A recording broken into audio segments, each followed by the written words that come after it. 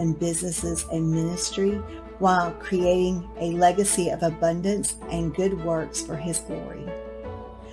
I'm Lisa Dale, a contemporary Christian business and life coach, founder of LifeWalk GPS. I help Christians ready to transition from unsure to confident by allowing them to identify the purpose God has for them based on their unique gifts, personalities, and strengths, ensuring they get it right and create the life, business, or ministry that God designed them to be. Success is in you. Did you know that you were strategically equipped and designed to be successful? Guess what? At the beginning of exception for all of us, God equipped all of us and designed all of us with purpose and equipped us to be successful. You're no different. You're no different than me. I am a mother of 5 children. Actually, I was a young mother trying to raise 5 children, trying to handle a marriage, an abusive marriage, trying to work 3 jobs, trying to battle being not only a Black woman, but being a woman in corporate America amongst others, trying to balance all of that and still find my purpose in life. I always ask myself, how long would it be before I become successful? When was it going to happen? Why hasn't it happened yet? When is it going to take place? All these questions I beat myself up about, because on the outside looking in, as people who are watching me from the outside, they assume that, guess what? She has the perfect marriage because they didn't see the abuse in the marriage. She had the perfect life. She didn't have to struggle because I made everything look so easy. She had the perfect job, but they didn't understand the hell that I was going through, trying to always be a step ahead of the game when it came to my coworkers or people that were on my level in supervision. They didn't see that part. They didn't see any of that. Only thing they assumed, because of what society portrays as success, is what they define as success. But me, and when I go home and have to go back to my everyday life, I was broken. I was messed up from the floor up. My mind was everywhere because I knew that God equipped me to do something great. But I didn't want to just do these great things just for everybody else and forget about myself. So God whispered to me one day, and I can hear it as clear as day. He told me, Tanya, you were strategically equipped and designed by me to be successful, but it's up to you to believe that. It's up to you to take accountability. It's up to you to dig deep within yourself and accept you for being simply who you are. You do not have to be every and anything to everybody. You just need to be true to yourself. And when I start listening and I started checking myself and not feeling bad for wanting to be more than people stated I should be, wanting to do more than I was already doing, wanting to step outside of my comfort zone and be in a better place when it came to being more financially stable for my children, being able to provide things that they weren't accustomed to getting, being able to walk away from a 20-year marriage of abuse throughout that marriage, being able to walk away from corporate America, dealing with the abuse of men that I work with that no one ever knew about.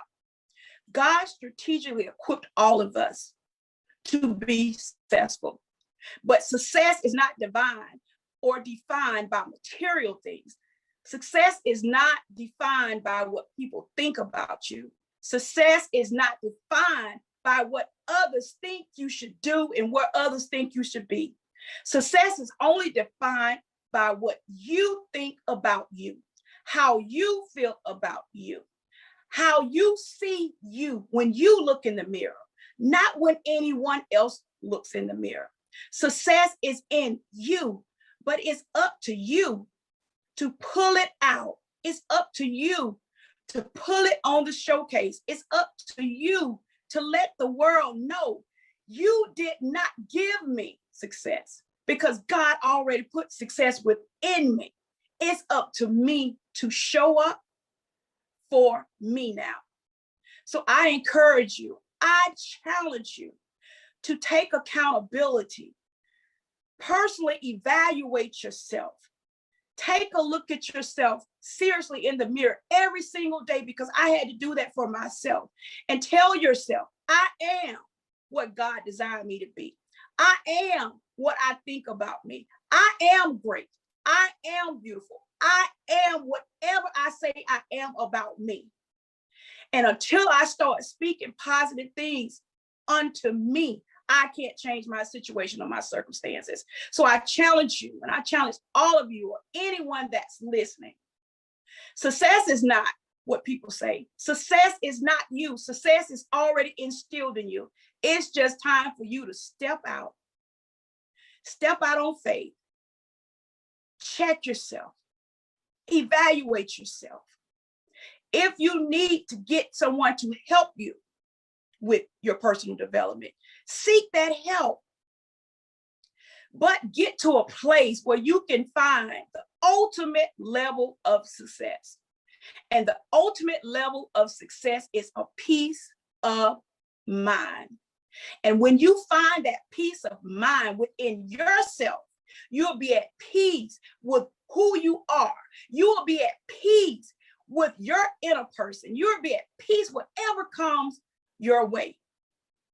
You will find a level of success within yourself, and you won't have to worry about what people think. You don't have to worry about what people say.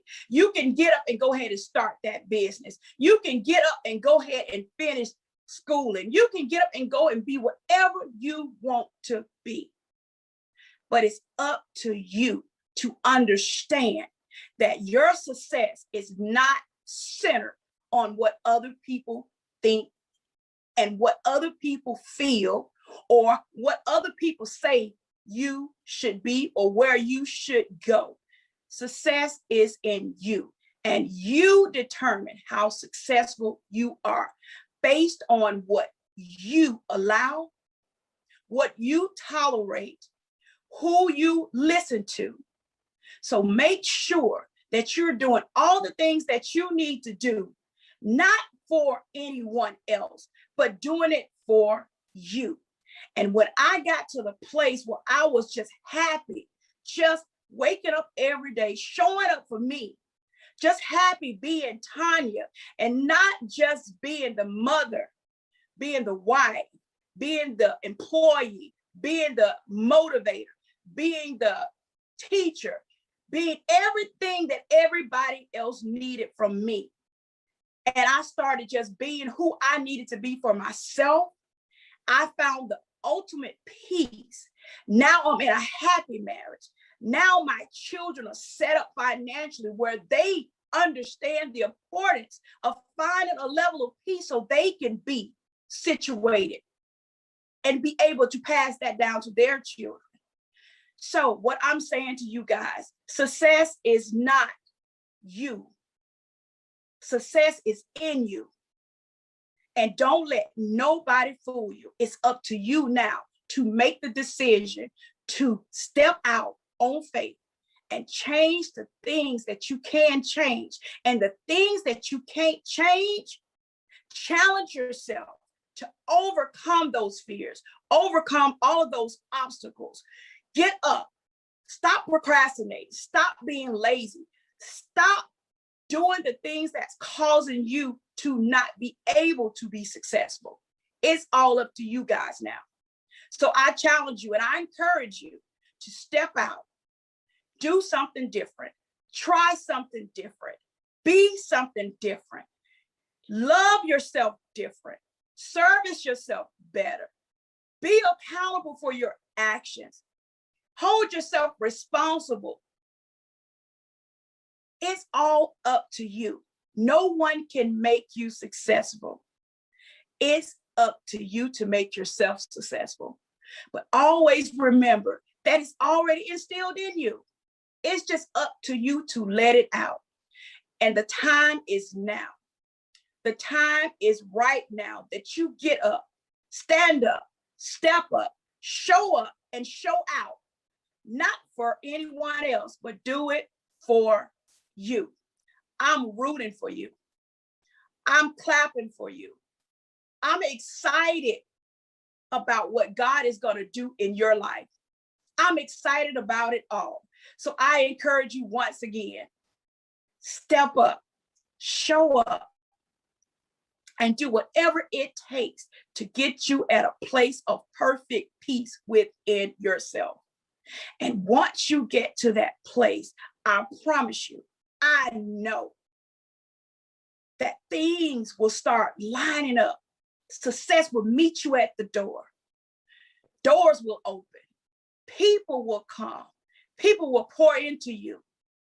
Lives will be changed. Testimonies will be made. All of this stuff will find you, and you won't have to run after success. Success will show up at your door, because guess what? It's already in you, and it's just waiting for you to open the door and let it out so that more stuff can come in. So you guys, find the success that's in you. It's not going to be easy. It's hard work. It's hard work when you have to check yourself and hold yourself to a higher standard of excellence. But it's something that you got to do if you want to be successful, because no one can do it for you. And no one is going to hold your hand. No one is going to be there when you're up crying. No one is going to be there when you're frustrated. No one is going to be there when you're trying to figure it out. So make sure you get yourself mentally equipped. Get your heart mentally set. Get yourself in a place where you're at peace with whatever comes. And once you do that, you'll learn that you can fight off anything. You can battle any obstacle that may come your way.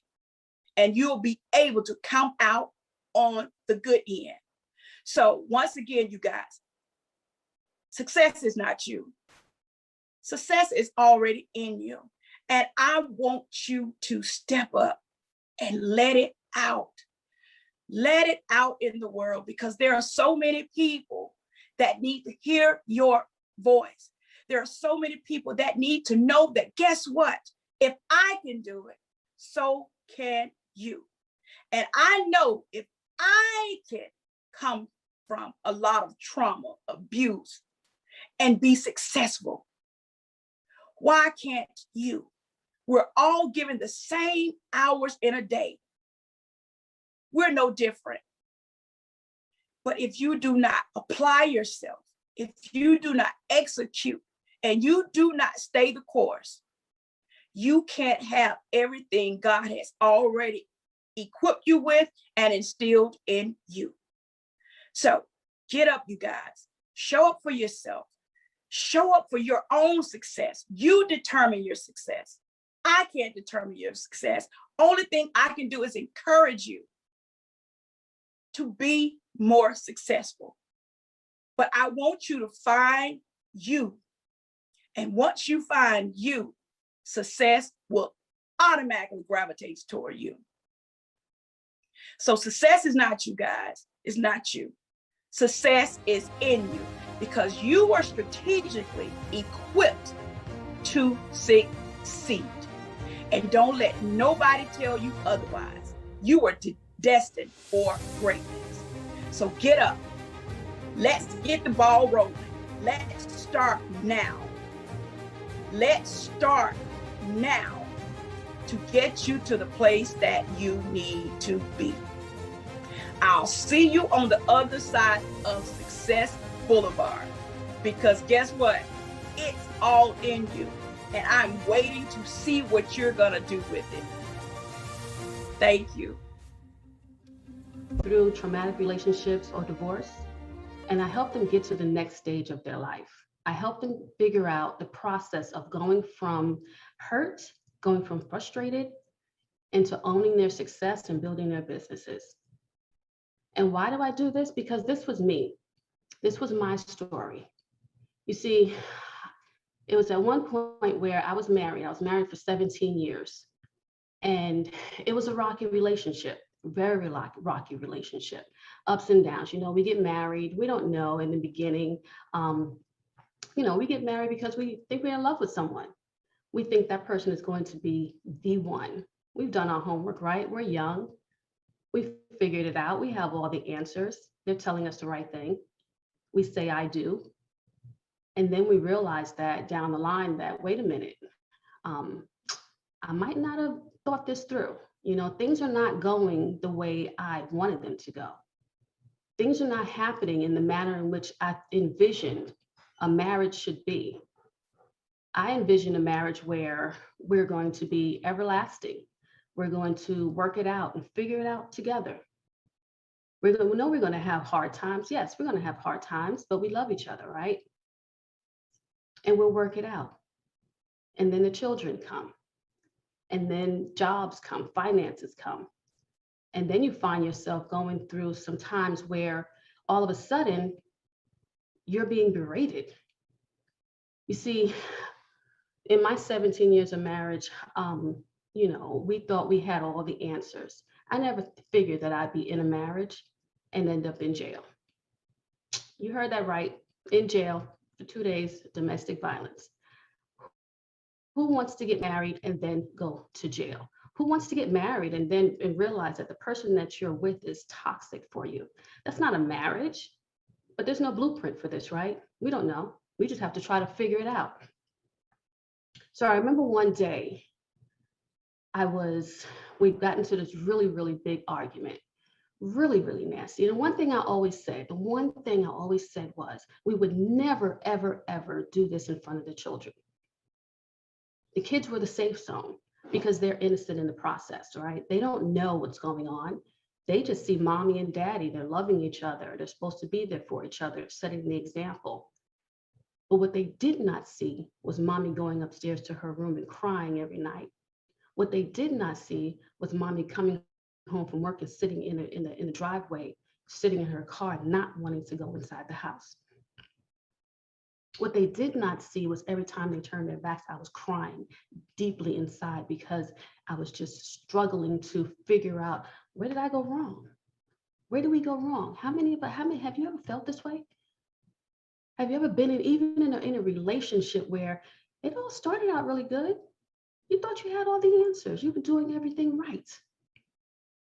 You were doing everything right. He was saying the right things. It sounded good at first. You guys were good. You guys are good, going on vacations together, just being there for each other. And then it wasn't. And then you weren't. And then you're looking at yourself, you're turning around and like, who am I? That's the one question at the end of everything is, who am I?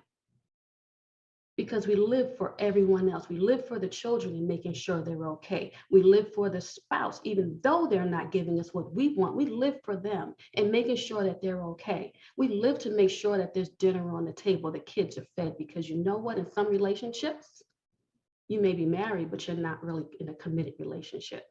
You may be married, but you're really dating because you're doing it all alone. You're doing it all alone. And that was me. That was me.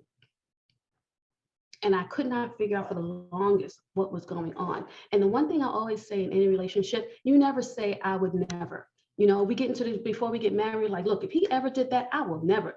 That would be the breaking point. Oh, I'm leaving him if he did. Well, guess what? I was in jail. It was only 2 days. Let's not think that it was something long. It was only 2 days. But nonetheless, I was in jail. And then what most people would say, oh, I go to jail for him, I'm gone. I was there. I stayed. And we do that for many reasons, right? There's no fault, there's no guilt, there's no shame. We should not hold that, but we do it for so many reasons. We do it for the kids, we do it for the finances, we do it for, you know, the life that we've lived, that we're living. We're doing it because we don't have the finances. We're doing it because we can't figure it out. We're doing it for so many reasons, but we stay. But then it comes to a point where you get sick and tired of being sick and tired. You get sick and tired of night. You get sick and tired of lying to yourself. You get sick and tired of showing up outside, putting on that happy face. You know how we do. We go outside and we put on that big face like everything is okay. Somebody asks you, okay? Yeah, I'm good. Everything is good. Husbands, oh, he's just fine. Yeah, yesterday we had a great conversation. But you get tired of it. And that's what I did. I got tired of it. So it was that one time. We got into a heated argument. And it's always over something trivial. I think it was because we were, I don't even remember, it was a movie theater or something or another, but it was a topic, but it was not the issue, the underlying issue, the root cause of what was going on. It was another topic, but it was so many topics, but this was the topic of all. This was the icing on the cake, the cherry on top.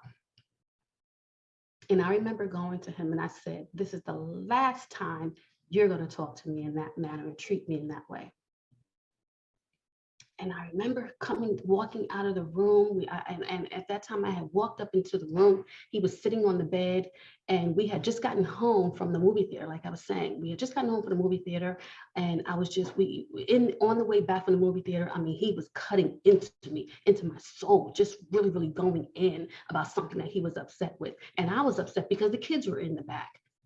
And that was the breaking point. And he went upstairs to the room. I walked up those stairs. I walked into the room and I stood in front of him. And I said, this is the last time you would speak to me in that manner.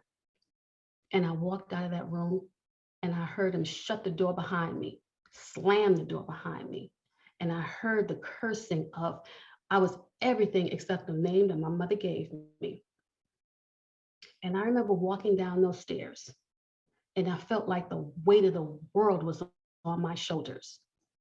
And I went downstairs and I sat on the couch and I told myself, okay, I'm gonna have to figure this out. I'm gonna have to figure this out and I'm gonna have to make it work, but I will figure it out. And I remember sitting there with my hands in my head in my hands on the couch, feeling broken and powerless. And I said, I'm done. And then I heard someone suddenly say, Mommy, are you okay? And I looked up and it was my daughter staring at me with worry in her eyes. You see, like I said, for those 17 years with my kids, whenever they saw that, I was able to say, no, I'm okay. Mommy's good. Nah, we just good. Mom and Dad are just having a little argument. We're okay. What do you want for dinner? And change the subject. But that day, no, I didn't. I put on a smile. I said, you know what? No, I'm not okay, but we're going to be okay. And it was in that moment I took, and that's when I made the plan. I said, today is the day where I put me first. Today is the day where I look out for my safety. Today is the day where I look out for my security and my kids' security. That was the first time I uttered those words to her. And that was the one time I felt so in power. So what did I do? I made a plan. I came up with a plan. And at that moment I said, my marriage is over. It's done. 17 years, I'm done. So I put together my exit strategy. We can't just do it. The one thing I had to do was figure out what I was going to do, how I was going to do it. And I had to put my kids in the forefront. They were the most important to me at that moment. How can I make sure that I do this for my safety, their security? And that's exactly what I did. I made up my mind and I found me a place. And it took me some time, but I was okay with it. I was okay with all the drama that was still going on. I was okay because I had made up my mind that it was time to go. And I found me a place and we moved. The very next month we moved, I packed up my kids and I took what I needed.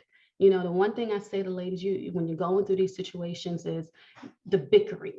I'm not done. No need to bicker. If you've made up your mind, no need to bicker over anything. You pack your stuff and you leave. That's it. You want the refrigerator, keep it. You want the couch, keep it. Because you know what? God will provide you with everything that you need and whatever you need going forward. And that's exactly what he did. I found me a place. Let me tell you, I had never slept so good in my life. I didn't realize that what I was missing.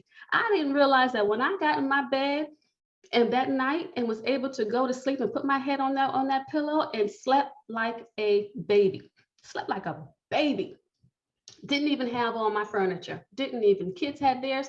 I was okay with the little bit that I did have, because what I know I had was a peace of mind. I had peace and security, and I was okay. I was just elated just to be able to be laying there by myself, not having to worry about somebody nagging me at night about what they need, what they want, what they desire, that I no longer cared about. I was living the life that I wanted to live, and I was so, so happy. My kids were safe. I was safe. Look, this is the way it should be. This is the way life should be. This is the way I was born to be. I was born to be happy and be okay. I wasn't born to be with someone who's going to bring me down, and neither are you. Neither are you. That's not a marriage. You're not property. But then after a while, I'm living in bliss and I'm good. And then you realize, wait a minute, I went from a 2-parent household to one. I went to a 2-income household to one. Hold on, I got to figure out how to make this work. I got food, clothing, college coming up, extracurricular activities. I had all that I had to take care of, because you may not be getting a lot of financial help when you're in that status, right? But we got to make it work. And that's what we do as ladies. That's what we do. We rise to the occasion. So what did I do? I started looking at ways to make an income. I had a good job, but I needed a way to make sure that I was secure going forward. So I started looking at ways to make another income. And that's when I started to put the plans together to build my own business. And in that process, additionally, is looking for someone that's going to help me get out of that position, because I had never been there. I had no one to turn to. I didn't know who can I turn to ask, hey, how do you maneuver through this process of going through a separation and divorce? What do you do? How do you do it? I have all these emotions. What do I do with this? I found myself, even though I was in bliss, I was crying still in my bathroom, because I did not know how to process those emotions. I felt violated. I felt lost. I felt confused. Have you ever felt this way? Have you ever felt like your world was just shattered? You were with someone for 17 plus years. That was supposed to be your one and only, your I do forever. And it's gone. And in that moment, I needed help and I could not find help. And let me tell you, I searched high and low for someone to help me out, and I could not find anyone. No one. So I finally found a therapist. Thank God for therapists. And I went to a therapist. And then after that, I was like, okay, now what do? I have all these things that I want to do in life. I want to build this business, but where the heck do I start? And I found someone who was actually able to coach me through it. And let me tell you, I don't care what anybody says, you cannot do it alone. I could not do it alone, because I was so emotionally with the process, but I figured it out. It took me a long time. Even with the coaching, I had to spend a whole lot of money on personal development, books and seminars and classes, and just so much pouring into me to make sure that I was okay mentally, spiritually, physically, so that I can build that financial fortune. And that's exactly what I did. That's exactly what I did. I built this business for me. And what business is that? I am now providing the services to people who were in my situation and do not have the person to reach out to. I became the person that I was looking for. I became the coach that I needed. I became the therapist. Because let me tell you, in my business, it's not about, I knew what I had to go for a therapist, but let me tell you what I realized that I needed. I needed someone sometimes who was a mother who wasn't a mother, a friend who wasn't a friend, a sister who wasn't a sister. I needed that person that I can go to, put everything in there and not have to worry about feeling judged or anything. Not have to worry about somebody sitting up in here going back and spinning my conversation back on me. I needed that safety, and I became that safety for women. I became that savior. I became that white flag. I became that person to give you what you need to get you to the next level and help you get through and build your businesses. And let me tell you, my ladies are kicking ass out here. My ladies, they've gone through and didn't realize that the conversation with me, we're going to get to the bottom of it. I'm going to figure out I'm going to help you figure out what it is that you own in that process, because it's no longer about him. It's about you. And it's about you figuring out, okay, what's my accountability in that? What is the lesson that I was supposed to learn in that? That's part of the spiritual growth that we go through, and the mental growth in it. What is the lesson that God was trying to tell me? Because there's a lesson in everything for you to get to your blessing. And I help ladies get to that. And they have had some phenomenal revelations, just like myself. I didn't realize that I was supposed to be this person for someone else. I didn't realize that. I didn't realize that I was supposed to be sitting here teaching people marketing and sales. What? That's not me. I was an IT auditor. That's not, marketing and sales wasn't me. But I'm showing my ladies how to do that now, because what I believe is every woman should have a business. Every woman should have a business. Why? Because you want to get to a point where your next person that you're going to be with, because I don't rule out love, but you want to set yourself up so that the next time you are so holistic that you're not putting your all into someone. That person compliments you, that person brings something to the table, but you have to be your own person. You got to define who you are. Who do you want to be in this life? What do you want to do? Everyone has something. Everyone. And what I found that ladies do is, when you get into marriages and you don't know who exactly you are, what exactly you want, what exactly you bring into the table, then you're relying on other entities to give you that, and you're coming up incomplete. You're coming up short. You start relying on your kids and living through them, but you're not fulfilling yourself. You start expecting your spouse to do more, but you're not doing anything for yourself. And you know that you should, because we all have these ideas of what we want to do, but we put it on the back burner. Well, it's time, you know what? It's time to go dust that off the shelf, and I help you get it. I help you figure it out, and I help you get to that next level. Because it's all about empowering you. It's all about you being bold and reigniting the person that you are. I'm going to help you release those pains from the past. I'm going to help you reclaim exactly who you are mentally and physically. Yeah, we're going to get your body right and your mind right, because that's all in one when it comes to owning your own business. And then we're going to try to figure out, what's your financial plan, honey? It doesn't even have to be building a business, because I'll show you how to build a business, but I'll also show you how to get that next position that you want in your job, how to set yourself up for success. And let me give you the key to that right now. The key to setting yourself up for the next level is your mental state and taking accountability for yourself. Now, let me tell you, if you don't do anything else with me, take that with you. Take that. Own your mental state and be consistent in anything that you do. Anything. But let me tell you, don't go at it alone, honey. Don't go at it alone. It's just not. You have so much to give in this world. We have so much that we have to offer. But I want you to declare it. I want you to say, to declare it to yourself right now, that no one else has, right at this moment, say no one else has any control over you. You're going to take back full control over who you are. Take back your control. Speak it, write it out. Because there's a power in speaking and there's a power in writing it out. Declare it. Own it. Take accountability for exactly who you are.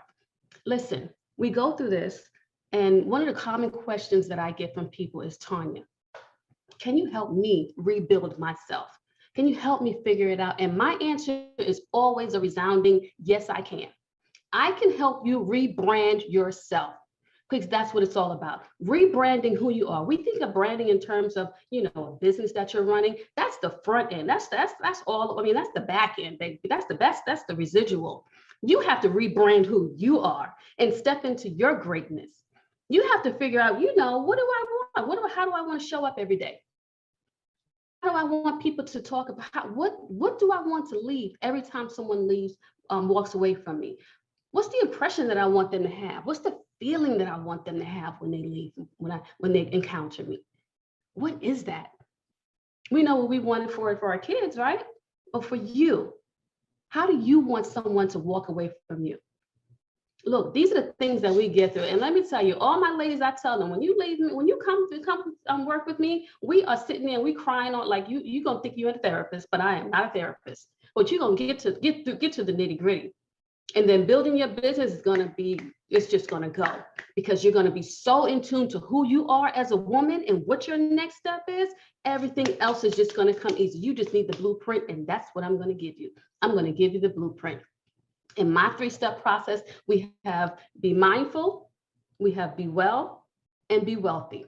And let me tell you, those 3 things, you're building the foundation. It doesn't matter the business, doesn't matter what you're doing. It doesn't matter what your next step is. Your business could be your job, because that's a business too. I'm gonna show you how to think about that and how to do that. Your business could be anything, anything. Your business could be staying at home as a stay-at-home mom.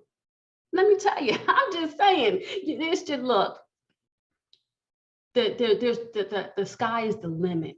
The sky is the limit. But if you're having a hard time holding on, if you're holding on to that negative energy and you're not quite sure how to get to the next level, the possibility is this, because you deserve happiness. Anything is possible. Yes, anything is possible, because why? Just like I said, you deserve happiness. You deserve that peace of mind knowing that your kids are safe and secure. You deserve happiness because you deserve to be able to put yourself first and not feel guilty or feel any type of remorse about doing so. Not feel guilty or shame or frustration. You don't owe it to anybody. You don't owe it to the in-laws or anyone. You deserve happiness. You deserve to live a life mentally, physically, and spiritually free. And with a financial abundance, it's so possible. And all you got to do is tap into who you are. You are worthy of everything that you have in life because you deserve happiness. You deserve everything that you are. So picture that day. Picture a day when you don't feel afraid to go home anymore. You don't feel afraid to walk up to your door, put your key in your door, and know that the people on the other side are so full of love. Your house is just full of love and abundance. Picture a day where you walk up to people outside and they're just like, what is it about you? You're glowing. You just look so good. Picture that day where you can just sit back and say, well, wait a minute, I can show you how to get there. Are you okay? And picture a day when you are just so full of joy that your kids are like, I see the change in you, mommy. Why didn't you do this a long time ago? Or I see the change in you, mommy. I like the new you. Picture that day. It's possible. You're worthy. Like I said, my name is Tanya, and I am a transformation strategist. I help you rebrand yourself because you deserve happiness. If you want any more information, please follow me. You can get in touch with me at tanyarobinson.net. That's tanya@tanyarobinson.net. And you can schedule your call with me. Call is free. Let's just schedule a breakthrough strategy. But I'm here to help you get to your next level. Remember, tanya@tanyarobinson.net. Thank you. And mentoring. I believe that when a person moves forward from their past, that provides a conducive space for growth to occur. I also offer forgiveness coaching, relationship coaching, and self-care advocacy. My goal is to use words to empower and heal. You can schedule a session with me through my website at www. Through motivation, encouragement, and through the provision of life coaching services, we believe that true beauty shines from the inside out, and we have provided a cozy environment such that we can cater to your braiding and your life coaching needs.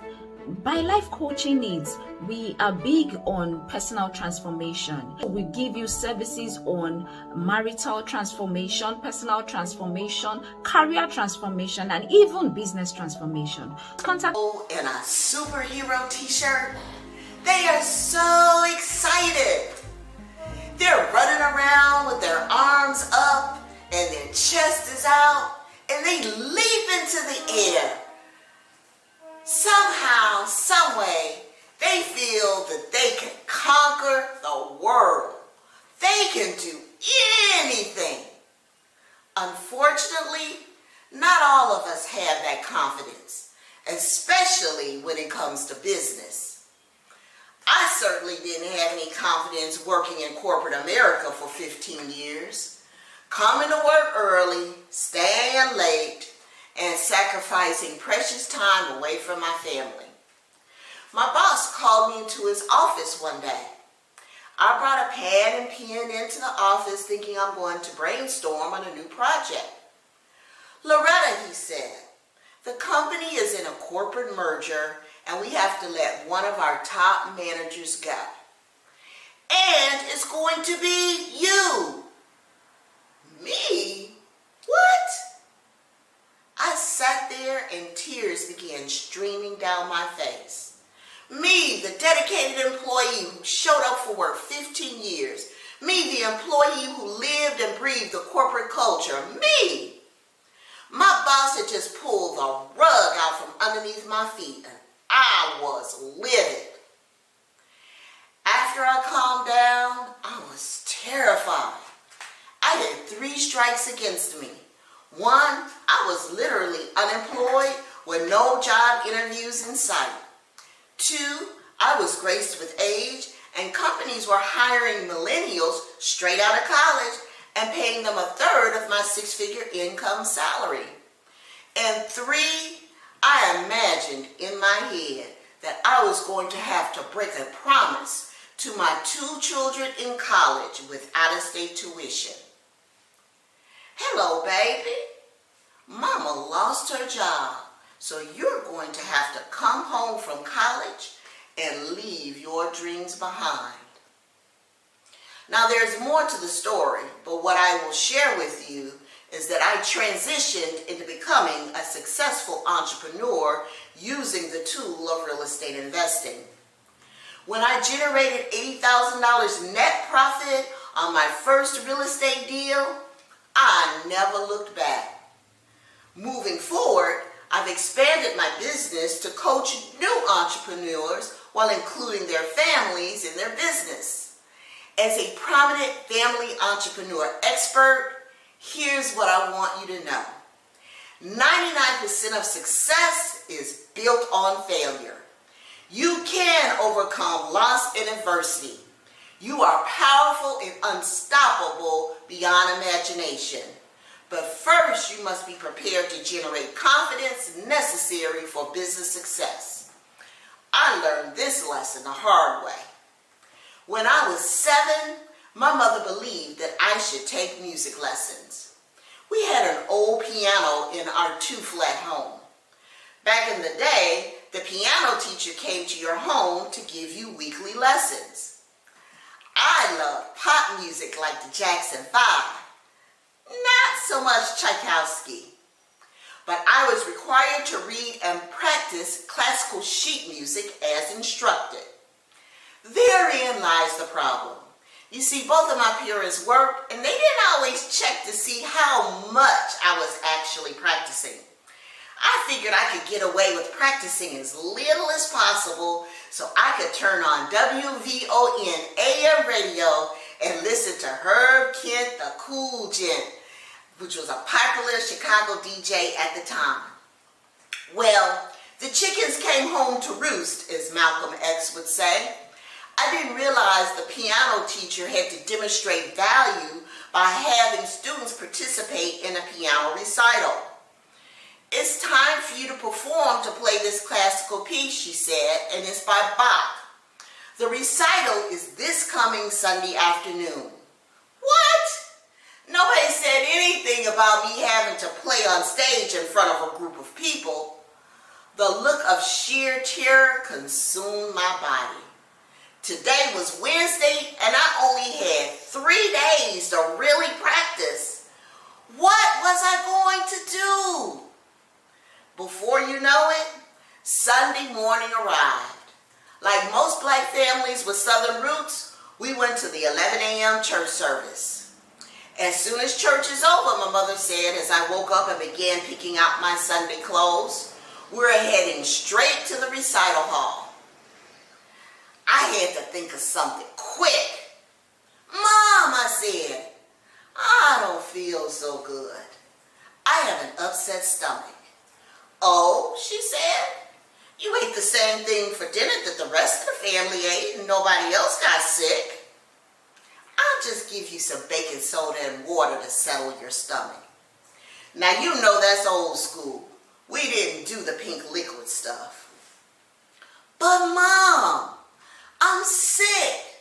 I don't think I can play the piano this afternoon. My mom felt my forehead with her hand. You don't have a fever. You'll be fine, honey. My mom already knew It was a case of nerves, and she prevented me from backing out. The baby grand piano looked huge to me. As I began playing my musical piece, I stumbled and had to start over. I took a deep breath and started again. About midway through, I stumbled again. My chords and my beat was off. A few times I had to continue with just the melody because my left hand just wasn't coordinated enough with the bass chords. As I finished stumbling through Bach Minuet in G, I stood up and feebly took a bow. The audience politely applauded, and there was a huge sigh of relief as soon as I got off the stage. What I remember most about that day is this: I was not prepared. I didn't consistently practice, and performing on hope and a prayer isn't good enough. I lacked confidence. Does this sound familiar in your business? Well, I'm here to share with you the 5 simple steps to build confidence for business success. But before I do that, my gift to you is to make these 5 steps available in written form so that you can refer back to them as you grow your business. Just text the word confidence to 312-219-9447 along with your first and last name and your email address, and I'll send them to you right away. Now, you've already heard about one of the steps, preparation, but there's more to share in that area. There are critical steps everyone must take prior to preparation to build confidence for business success. Each step foundationally builds upon each other. So here are the 5 simple steps prioritized in order of importance. Step number 1, drop kick those limiting beliefs. The status quo will have you believing that you are not good enough. In fact, there are 3 areas most people fall into when it comes to limiting beliefs. A, they were born into a certain socioeconomic class, and this is their fate. Nobody in their family ever went to college or did anything with their life, and there is no confidence that they can do anything about it. B, the thought that, well, if they really knew who I am underneath this mask, they wouldn't love me. Usually people in this category allow shame or guilt to rob them of their confidence. Sometimes it's due to sexual identity or some negative behavior they did in the past. C, this is the category where a lot of people stay despite having previous success.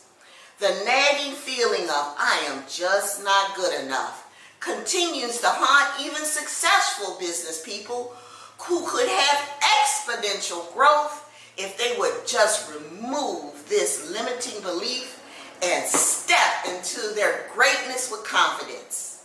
Now, how do you eliminate limiting beliefs? I don't have enough time today to share all of the strategies for behavioral change. I share more inside of my coaching program, which you'll hear about later. But what I can share with you is that if you change your thoughts, you change your behavior. Language leads to thoughts, thoughts leads to feelings, feelings lead to actions, which equal results. The more negative language and thoughts you have on the left-hand side of the equation, the less likely you will achieve your intended results on the right-hand side of the equation. Connect with me, and I would love to share with you the daily affirmations that I use as a confident businesswoman. Go to my website, mamasoulwisdom.com, and download my free affirmations under the Old School Wisdom tab. The title is called The 2-Word Secret to Creating Success in Your Life. Once again, that website is mamasoulwisdom.com under the Old School Wisdom tab because I share old school wisdom for a new generation. Step number 2, courage. Once you have the proper mindset, ask yourself this question. What did the lion request in the movie The Wizard of Oz? Maya Angelou, famous American author and poet, said courage is the most important virtue because you can't have the other virtues without courage. Courage allows you to be vulnerable and not lie to yourself or to your family. You can share what some might consider your dirty laundry and not become triggered by it. I feel sorry for anybody that has never had negative life experience because it cheats you out of the opportunity to stretch beyond your circumstances with courage. I remember covering up the fact from my kids that I really did lose my six-figure income job due to layoff. I was so embarrassed. You know, stuff like that wasn't supposed to happen to educated folks. Well, one day we were at a birthday party with some close family friends at a local pizzeria. Right there in front of the group, someone who knew me from my previous employment asked me how my job search was going since I had left 2 months ago. You should have seen the look on my kid's face. When I picked my face up off the floor, I faintly smiled and said that I was still looking for employment. When we were in the car on the way home, I had some explaining to do. I did not have the courage to be honest with my kids. I had egg on my face for a very long time, and with no confidence in myself as being a parent or a business owner. In business, courage means you have to have the confidence to try new things. You won't become fearless. However, you will have the confidence to be able to face fear and do it anyway. Don't get attached to the outcome of the results. Learn from what worked, what didn't work, and keep adjusting. The hardest part is just starting. It's like eating the awful waffle. The first one always looks bad and it doesn't taste good. But each waffle looks fluffier and tastes better when you keep doing it. Step number 3, preparation brings clarity. As I previously shared before, preparation brings confidence, but it also brings clarity. What's your intended outcome for your business, for your weekly and daily tasks? What is your big why? Clarity brings confidence. And gain clarity, one must do an analysis. An analysis to find out how you can do better than your competitors or add your secret sauce to your product or service. Is there a way that you can automate those mundane tasks in your business to free your time up for the things that only you can do? Can you eliminate the limiting belief that you can't hire a virtual assistant to support you in your business where you have possibly weak areas like social media or marketing? When preparing, use the technique of visualization to get the job done. Start with the end in mind and accomplish your goal. Work backwards by filling in the action steps required to succeed. Then you add your by-when dates next to each action step until you reach the beginning step. Then get to work and watch your confidence build. Step number 4, sharpen the saw, practice speaking and listening skills. Now that you have the entrepreneurial mindset and the courage to take on whatever comes your way through preparation, practice, practice, practice. Nobody gets six-pack abs just by thinking about going to the gym. You must put in the work. For business owners, it might look like reaching out to potential customers through various platforms like social media or making phone calls. Speaking to and listening to your target market will help you give your customers what they want. Get good at asking powerful questions because questions steer focus.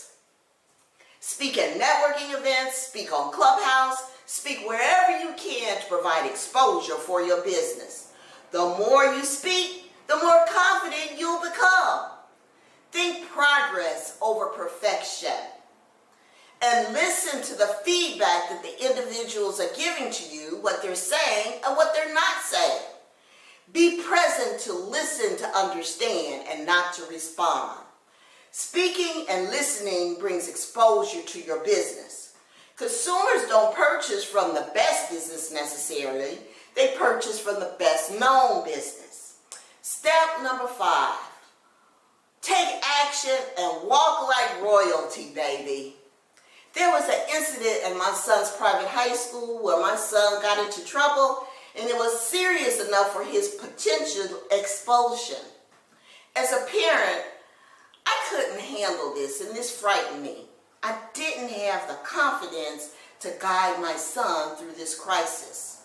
It was up to the disciplinary committee to make the final recommendation whether he should stay or go. And all the previous decisions had all gone against the student. You know, it's tough raising black boys in this country. As a parent, we tell our children, you can grow up to be anything you want to be in America. But first, you must survive. Children of color must survive the violence, the gangs, and the bad seeds within law enforcement. They must avoid the prison economy, the negative beliefs, and the automatic prejudice simply because of the color of their skin. While I initially didn't have the confidence and believed that my son's terrible fate would be the same, I quickly developed the confidence and made the decision he would stay in his private high school. I used steps 1 through 4 by eliminating negative beliefs, having the courage to face the committee as a parent, continuing to prepare and practice what I was going to say. Then I added step number 5. My outer body language had to reflect confidence. I walked into that committee meeting and I looked everyone in the eye with gratitude, and I thanked them for the opportunity to speak. I was not arrogant, but my body language silently reflected that I dared any of them to put my son out of his private high school. The deliberation took less than 30 minutes. The decision was made that he would graduate from his high school, defying the odds. What does this have to do with business? Everything. All 5 steps are used daily to have confidence to start or expand your successful business. If you are not confident, your business will fail as an entrepreneur. You'll risk being miserable and start second-guessing yourself. Confidence is the secret ingredient to business success. If you believe that, say yes. If you believe that, say yes. I would love to connect with you on Instagram so you can share your story and I can continue to share mine. Take 5 minutes and connect with me on Instagram at Mama Soul Wisdom. That's IG at Mama Soul Wisdom. I'll follow you and you can follow me, and together we can be confident and successful in business. Now, let me ask you a question. If you could turn all of your challenges around with confidence and gain prosperity by starting or expanding your current business, what would that do for you? Let me guide you using my 6P system developed over the years to create powerful results in personal and business success. Go to coachwithmama.com. That's coachwithmama.com and register right now for an interview call with me so you can learn how to achieve business with success. Do it right now with confidence. Now, you may be asking yourself, will your 6P system work for me? Yes. Nobody is more committed than me to ensure your business success. I I find joy and purpose in co-creating with other entrepreneurs. Whatever it takes to eliminate those limiting beliefs to keep you in action, I'm the one. Why? Because I am as confident as someone holding a royal flush hand in a game of Texas Hold'em poker. Business requires coaching from other business owners who have demonstrated success, so that you can model after them. My business partner, who happens to be my husband of 41 years, we control 4 successful and profitable businesses. Let me support you and your family in being successful entrepreneurs with confidence. As a bonus for this special conference, I have added an offer to attend my masterclass valued at $197. It's discovering 6 keys to family happiness and success, and it's no cost to you. Enter the link mamasoulwisdom.com/registration to attend my next event. My name is Loretta Wetzel from Chicago, Illinois, also known as Mama Soul Wisdom, sharing old school wisdom for a new generation. I am the founder of I Am Love Movement podcast, where I interview parents and individuals who share how they have triumphed over tragedy through love, acceptance, and forgiveness. I'll leave you with this thought: beat the status quo. Whatever you're doing today, do it with the confidence of a 4-year-old in a superhero t-shirt. Be confident in your business and live your best life. See you next time.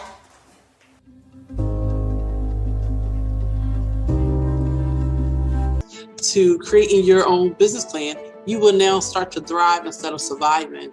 Let's not even waste time. Connect with me immediately. Click on the link below. Think about how much your situation has cost you over the years. Think about how it cost you to do nothing. It's not the time to keep doing it.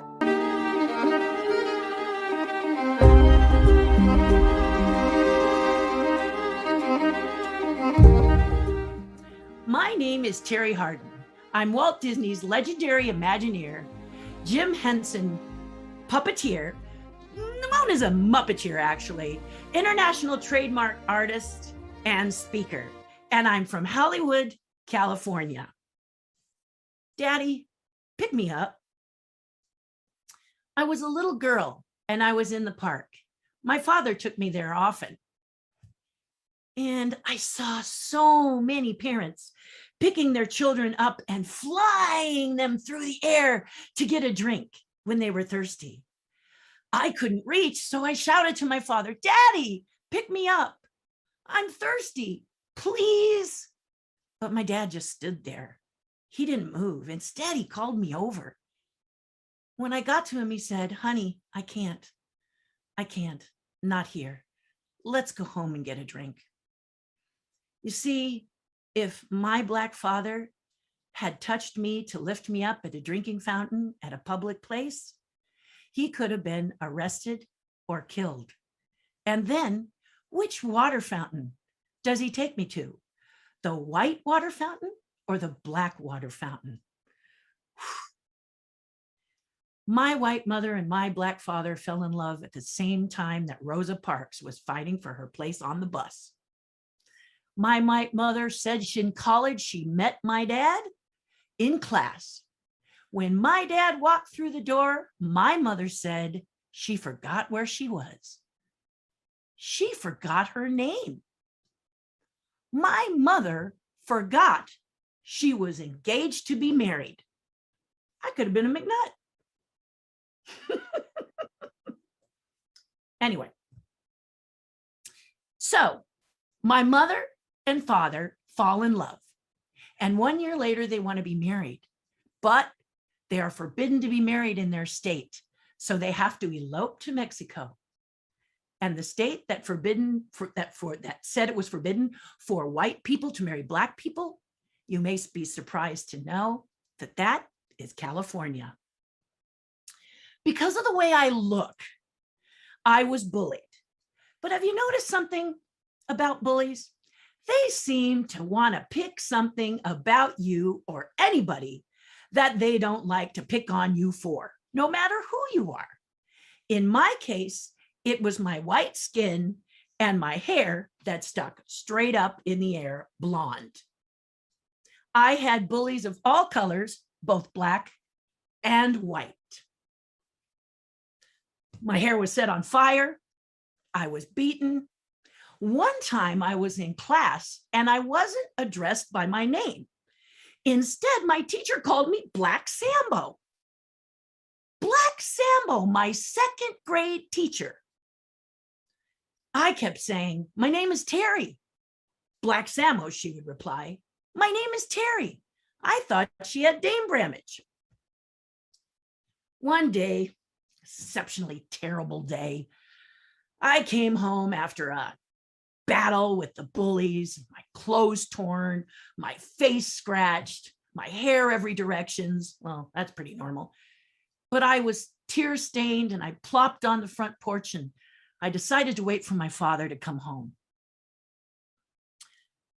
As my head was in my hands, I watched my tears make a puddle on the stairs when I felt the coolness of a shadow cross my back and I looked up. It was my father getting home from work. He was carrying that lunchbox. You know, the kind that used to have, you open it up and it has the big thermos coffee cup on top, fit in the lid. That was his lunchbox. What's the matter? He said. And I said, oh, Dad, why doesn't my hair grow straight down like white people and have a cute little flip like Mary Tyler Moore? Why does my hair have to grow straight up like some sort of corn husk bush, whatever? And my father said, calm down, calm down. I want you to breathe and close your eyes. Dad, this is serious, I said. 12 years old, everything is serious. This is serious. And my dad said, look, Terry, close your eyes. So I closed my eyes. And I took a big breath. My father said, imagine a rose. Do you have it? What's it look like? Daddy, I said, my rose is a long stem rose, pink with bright pink edges. That was my favorite kind of rose. My father said, excellent. Now I want you to look all around you, he said. Look each side and behind you and imagine you see nothing but weeds. So there I turned and I looked the other way and I looked behind me. All I could see was weeds. My father said, you got it? I said, yes, Daddy, I got it. Now I want you to plant that rose right in the middle of all those weeds. Got it? Yes, Daddy, I got it. Now I'm going to ask you one question, Terry. Are you the rose or are you the weeds? My eyes flew open and I got it. I got it. I'm the rose. But being a rose can be a challenge. It's not easy. It's easier to be the weeds, isn't it? Going along with what everybody says, whether you like it or not. But if you want to be the rose, you want to be the leader, that's going to be a lot more challenging. Wow, after this story, I not only felt confident in embracing who I was, but I had attitude. I'm a leader. I'm no sheep, said I at 12. When I was a little kid, I was known as an obsessive creative. In fact, I'm known as an obsessive creative all over. At 8 years old, I did little faces on Easter eggs, and my mother took them to work and sold them for $20 a piece. And I had $200 at age 8. At age 14, I did 148. That's right, 148 gingerbread houses, along with custom boxes, all hand built after reading A Good Housekeeping. An obsessive creator is when you see it, you want to do it. Okay, I illustrated director's chairs at 14 for a show called Barnaby Jones. I would just jump. If I wanted to do it, I jumped and figured out the how later. How did this happen? How could I be so fearless? Because of this story and the lessons my dad taught me. You see, you are a very unique, special person, and it's going to be challenging to be you. Being a leader, as I said before, is challenging. It's your duty, however, your God-given gift to empower and embrace who you are and help others to empower to be them as well. Isn't it? You deserve to have an amazing life and you deserve to be successful. But just because you deserve it and you want it doesn't necessarily mean you're going to get it, right? God has a sense of humor, and he might just want to make sure you're worthy. So you may say you want to be an actress, a voiceover person, a musician, or even a Disney Imagineer. And he may say, really? Puh, puh. He punches you to the stomach. Puh, a right cross to the chin, and down you go. God says, you going to stay there? Or are you going to get up? Maybe you don't really want it. You get up, you dust yourself off. And then a karate kick. Hi-ya! Down you go again. Lord! And he says, are you sure you want it? This is not an easy path. It's not for the weak. And you say, I'm not weak. I'm a leader. And you stand up and you dust yourself off, don't you? Yes, you do. You see, I always wanted to be a Disney Imagineer. That's the person who sits and designs all kinds of attractions for Disney parks all over the world, Shanghai Disney, WDI, Disneyland, et cetera, so on and so forth. And so that's what I wanted to do. Here are some of the attractions that I am responsible for. Dragon's Lair Paris, the dragon is mine. Big Thunder Mountain, here I am building it at Imagineering, Big Thunder Paris. There it is at the park in Paris, for real, mine. Be there a lot longer than I will be. I was in both Ghostbusters, helped build the Marshmallow Man and did the Terror Dog. Worked with Dolly Parton, whoa, and so much more. But I had to fight for it. Well, I wanted to be an Imagineer, and here's what happened. It didn't happen right away. I have enough rejection letters from Walt Disney Imagineering to paper this entire studio 10 times over.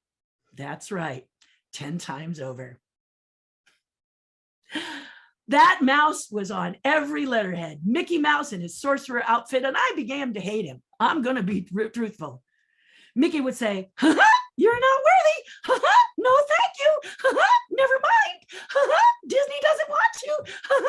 Over and over and over again. But I didn't quit. And suddenly, there I was, a Walt Disney Imagineer. I kept doing it. I have an amazing life. And as a result, I'm very, very successful. And you can too. But I got to tell you, it's not enough just to dream about what you want to do, to try and manifest it. You're going to have to fight for it. And you're going to have to say to yourself, I'm not going to let other people, even a Disney mouse, tell me what my destiny is, what my life's going to be like, what my success is going to be. I'm not going to do it. You remember the pet rock? If you don't, Google it.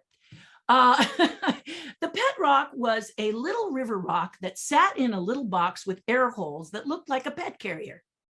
Let's think about this guy for a minute. How many times did God and many of his friends must have knocked this guy down before he got up and successfully sold it and later made millions?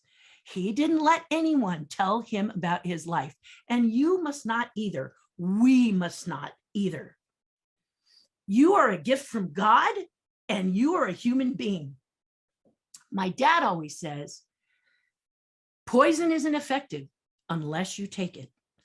Poison isn't effective unless you take it. As I said, you are a human being and you can decide your destiny right here and now by drawing a line in the sand.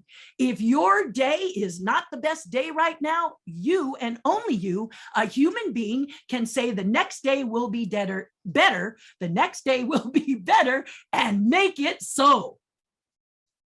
Jim Rohn says, you're a human being, not a goose.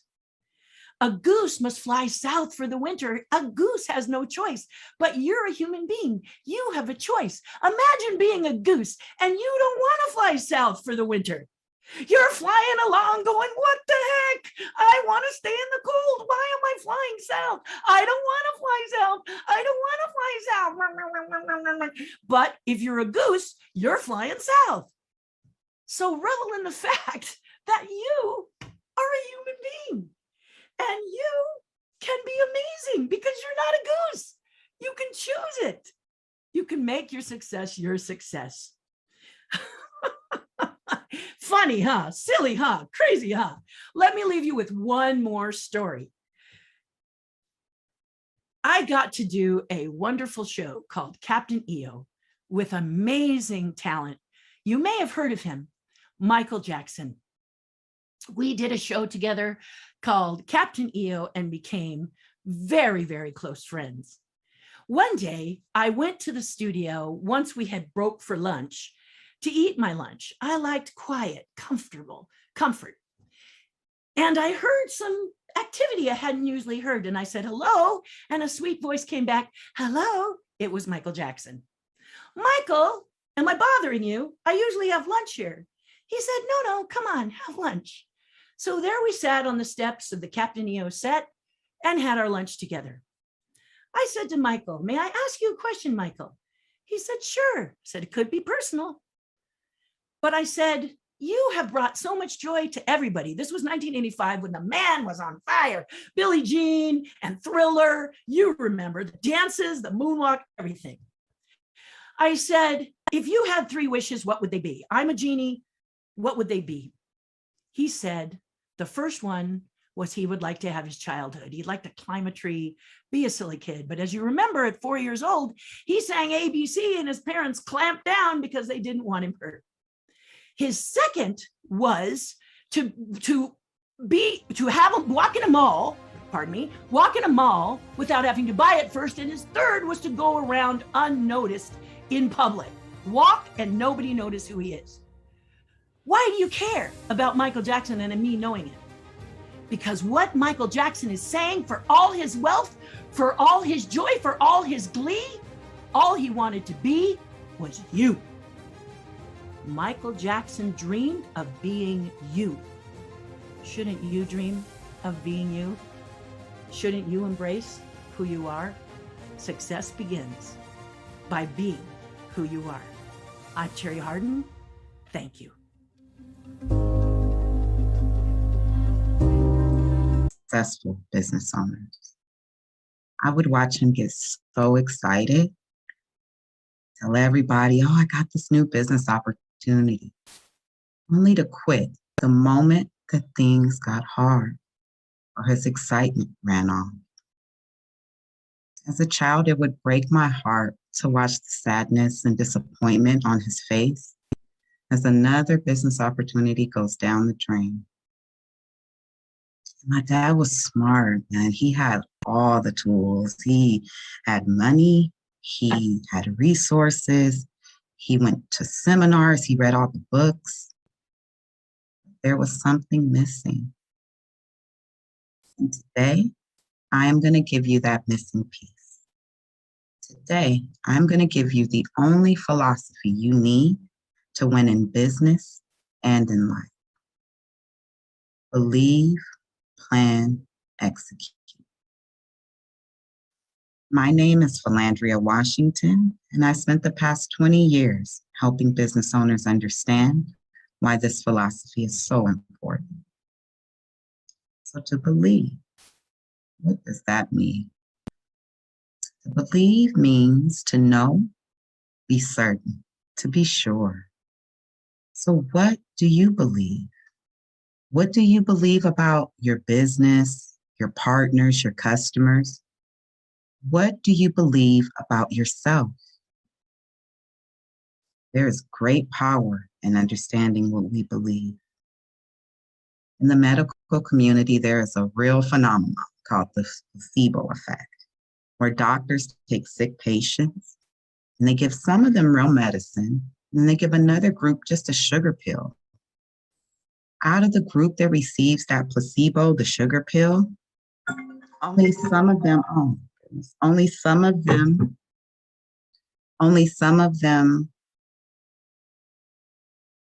out of the group that receives the placebo, the sugar pill, they, oh my God, I'm so sorry. Out of some of them receive the placebo, the sugar pill, some of them are proven they get healed because they believed that they were going to get healed.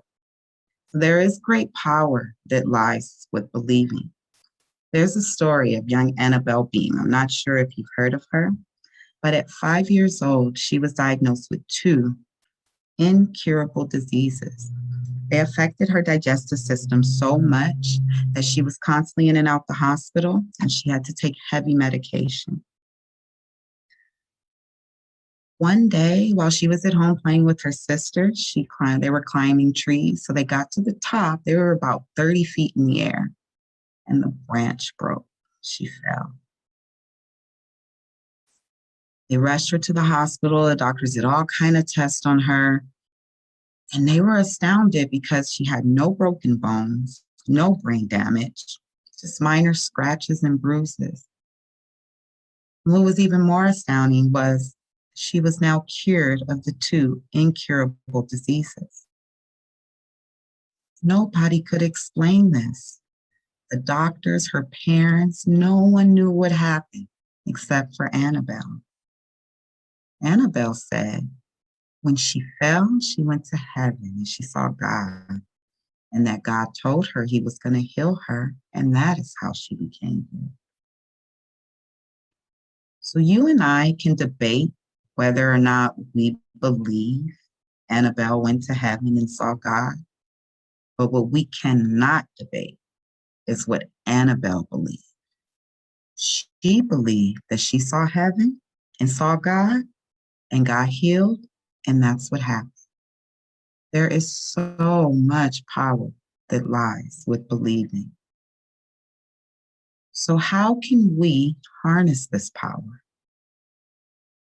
If to believe means to know, we'll start here with our brains, with our thinking.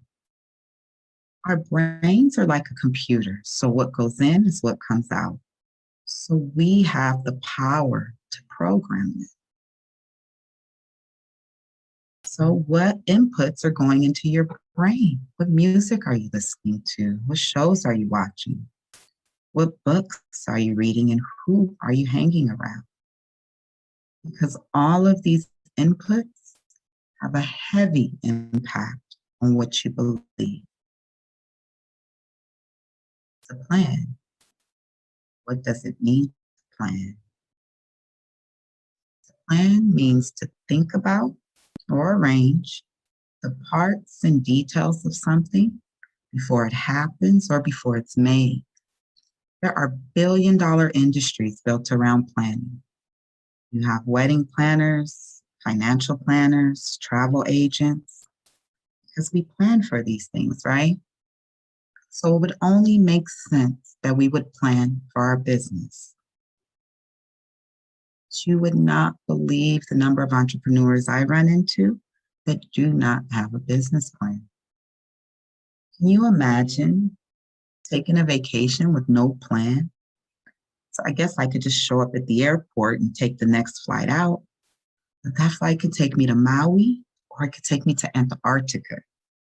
Either way, a little bit of planning is going to reduce those kind of risks. So how do you plan? You plan by writing down SMART goals. SMART, SMART goals. specific, measurable, attainable, relevant, and time stamped. So we're going to put these goals to paper and make sure they're specific. So I want to raise $100,000. I want to make sure it's measurable. We're measuring this in time and dollars. I want to make sure it's attainable. If last month I only raised $1,000 and now I have a goal of raising $100,000, doesn't seem so attainable.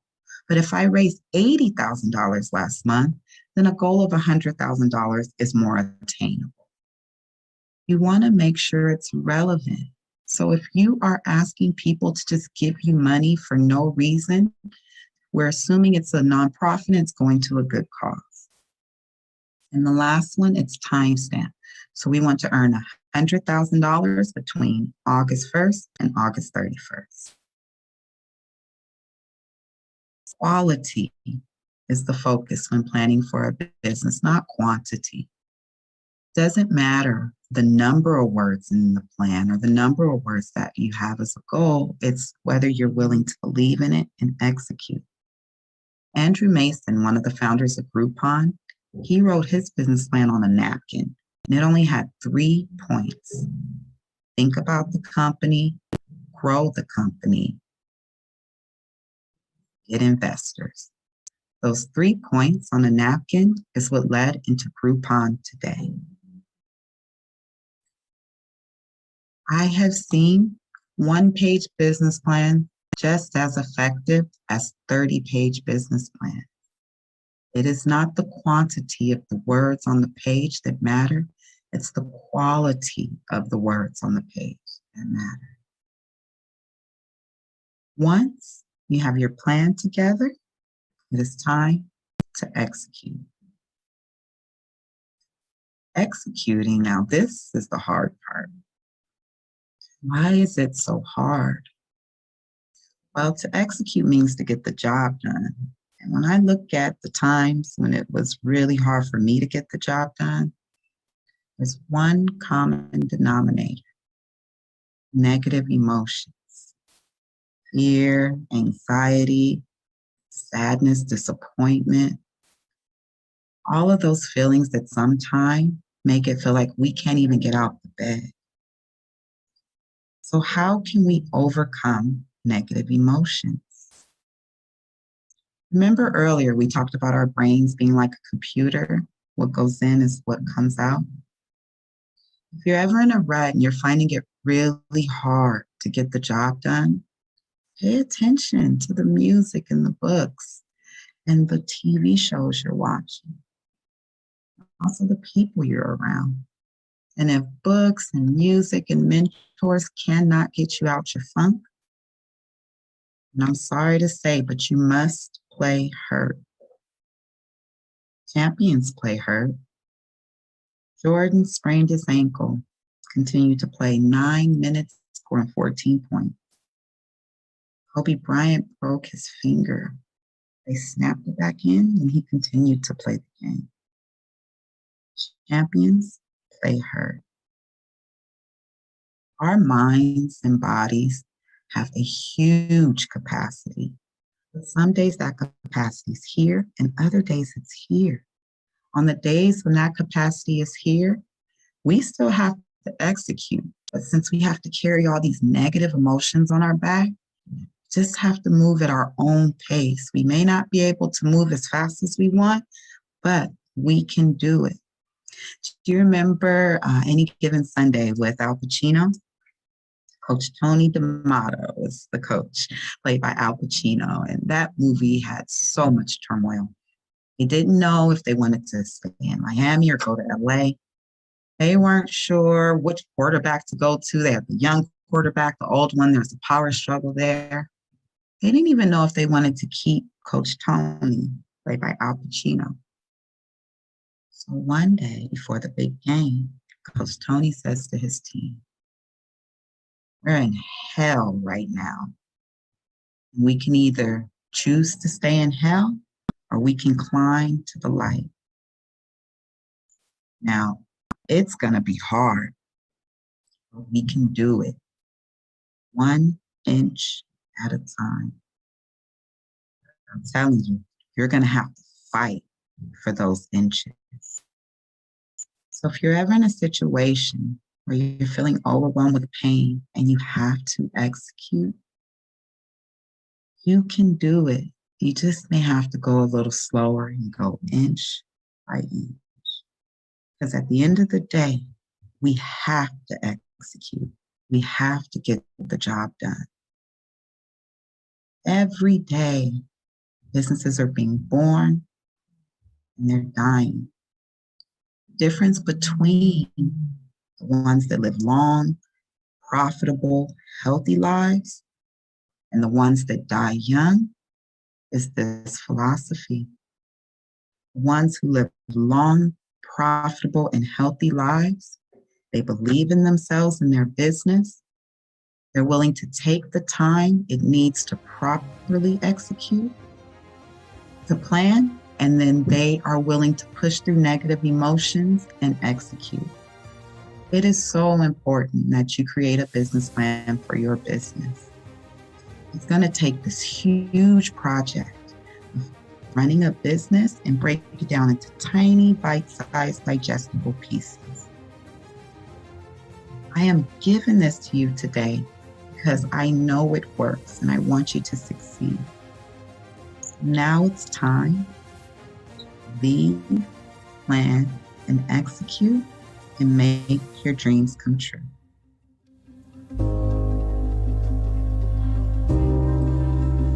So this is something anyone can do from anywhere around the world. And I'm so excited that you've joined me. So I'm going to share my screen because I have a lot of slides that I want to share with you.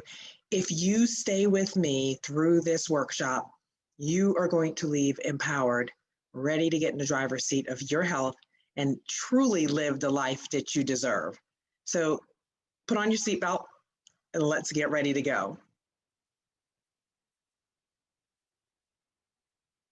Well, the title of this workshop, Success, Health, and Great Wealth, the life you deserve. Believe me when I say health is wealth. Without it, nothing else matters.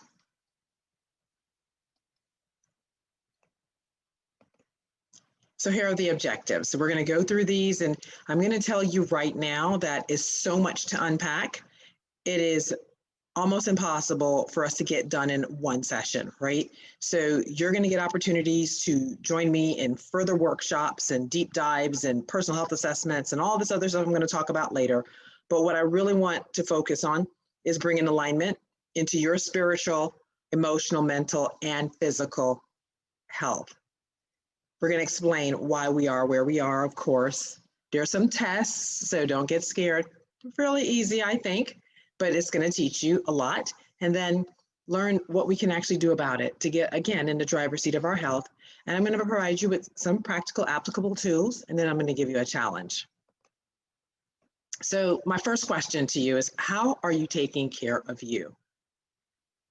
This is just a simple, basic steps right here. Okay, and we're going to talk about 7 steps that I promised in the talk that you decided to join me here from.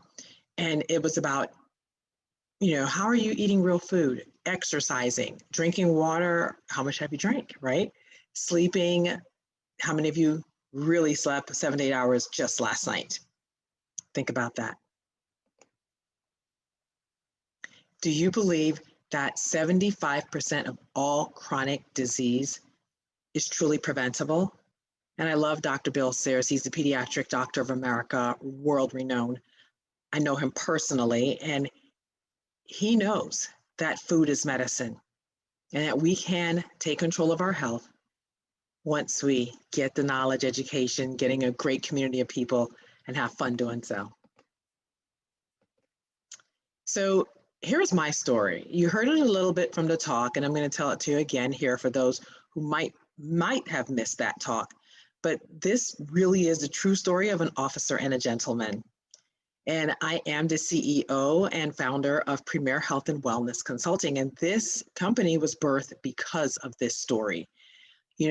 I was in the Army, as you can tell, that's my ladies, women's, month, parachute jumping out of really perfectly good airplanes, running 4 or 5 miles a day, thought I was Bionic Woman. And again, for my younger people, that's Wonder Woman. And it was chronic fatigue that set in. I could not shake it, back and forth to the doctors running tests, and they couldn't figure it out what was wrong. So fast forward my story. I had some amazing neighbors who loved on us, educated us about the power of whole food, plant-based nutrition. So when they came back with a diagnosis, after half my face went numb, half my taste sensories disappeared, and I couldn't lift anything with the right hand, they had to believe me something was wrong. And those tests proved an autoimmune disease. Well, that was pretty much life-altering, career-ending. And I really didn't know what I wanted to do with my life. I will tell you that Plan ABC was the military. I had a very successful career, but God always has other plans. And I will tell you, trust the journey, trust the journey. And what my neighbor shared with us that day about the power of whole food, plant-based nutrition made sense to us. We knew our bodies needed more nutrition to fight what was going on. My husband was also diagnosed with an autoimmune disease, and we just didn't know any better, just thinking disease, disability doctors would be our rite of passage. But that is not the end of the story. 16 years later, medicine-free, both of us, in control of our health. I like to brag, fabulous 50, feeling good, looking good, making money, and having fun. And I want that for you, okay? So I am a corporate health counselor, and basically counselors are trained to come alongside you and help you with your personal, social, and psychological performance, okay? Corporate counseling is really that professional relationship that's going to empower not just the individual, but then the corporation as a whole through that education and career goals, planning, and that holistic approach to health. And so the two major focuses that come up all the time is, of course, your belief system and nutrition, which are critical to optimal, premier outcomes. I know a lot of people might still believe counseling is taboo, and it is so not. So really, I want you to dive deeper into finding the right counselor for you. And if you don't like that person, that's okay. Find someone who's going to resonate with you so that you can get through some of the issues or blocks that might be impeding your progress to get further along on this path of success. So this is just a few benefits of counseling. As you can see, again, we come alongside you to help you reach your goals and truly to live the life that you deserve. So I want you to have a paradigm shift here, okay? And I love Dr. Pam Popper, Wellness Form Health out of Ohio. And I love reading this slide. I know they say don't read slides, but you have to hear it and see it because it is so powerful. She says, we believe that it is a fundamental right of all consumers to have a complete analysis of the risk and benefits of any test, drug, supplement, procedure, or medical practice of any type before making a decision to proceed. This is currently not the way medicine is practiced, and we are truly on a mission to change that. And I hope you're going to join that mission with us.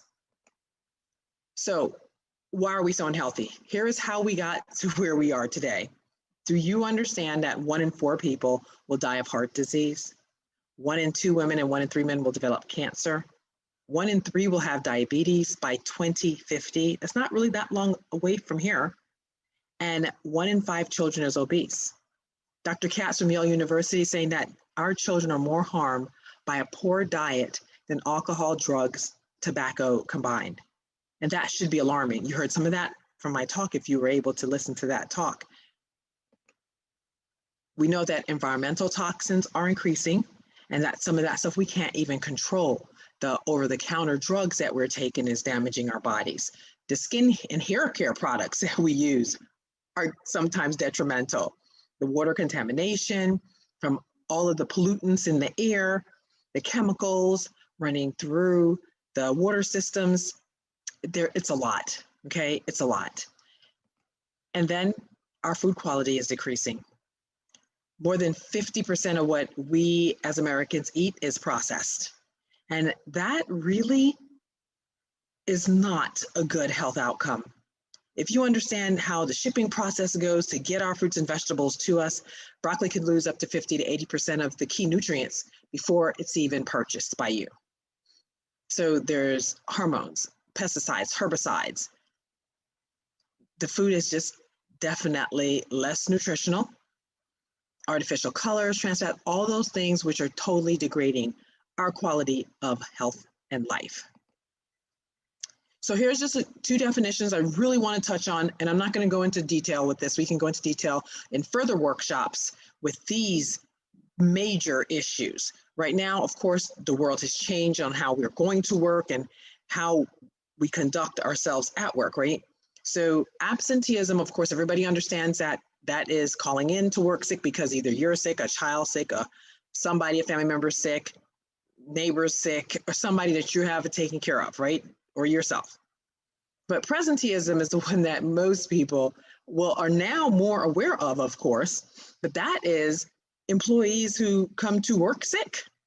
Yeah, so they're still operating at a degraded quality of performance at work, but it's very likely that they are contagious and spreading those germs to the others in the office. Now, of course, we're teleworking a lot now, so that has shifted things, but this does not change the same thing at home, whether you're at home, not feeling well, working at a reduced productivity, or you just decide you're not going to work that day.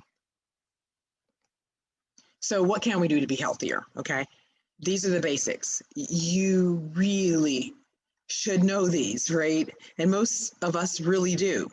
But the question then is, are we actually implementing it? So we hear these things. So we hear it in the Bible a lot. Be hearers, be doers, and not hearers of the word, right?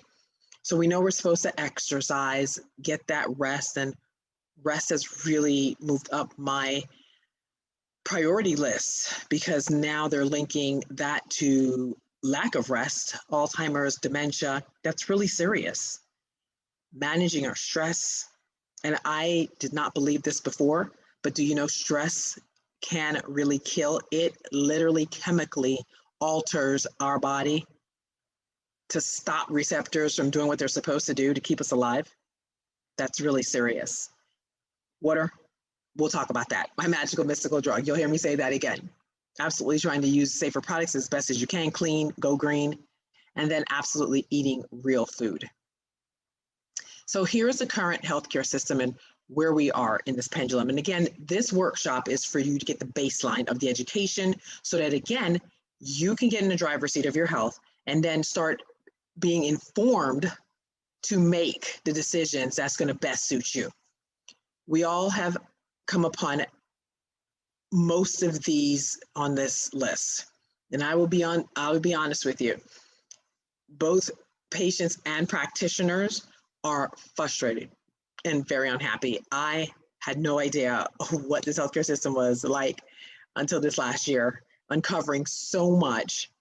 I think my next calling is going to be patient advocacy, seriously. Oh my goodness. But it's just a very difficult system to traverse, especially if you don't have the right resources. And, you know, addressing these issues. So the question becomes, what do we do? Well, please be mindful to get objective information. Stop following the hypes, okay? Stop chasing all the get rich quick, the get skinny quick, the get healthy quick. It does not work. Have a clear understanding of all the risks and benefits of anything that you choose to do. The one example, the best example I could use is the diets. You know, you really should, it's incumbent upon you to take a deeper dive to understand the risk benefits involved in a lot of those diets. I don't believe in diets. And then stay in a driver's seat to have the freedom to choose the best option that's going to make sure that you have a healthy, long life and that it's a collaborative approach between you and your practitioners.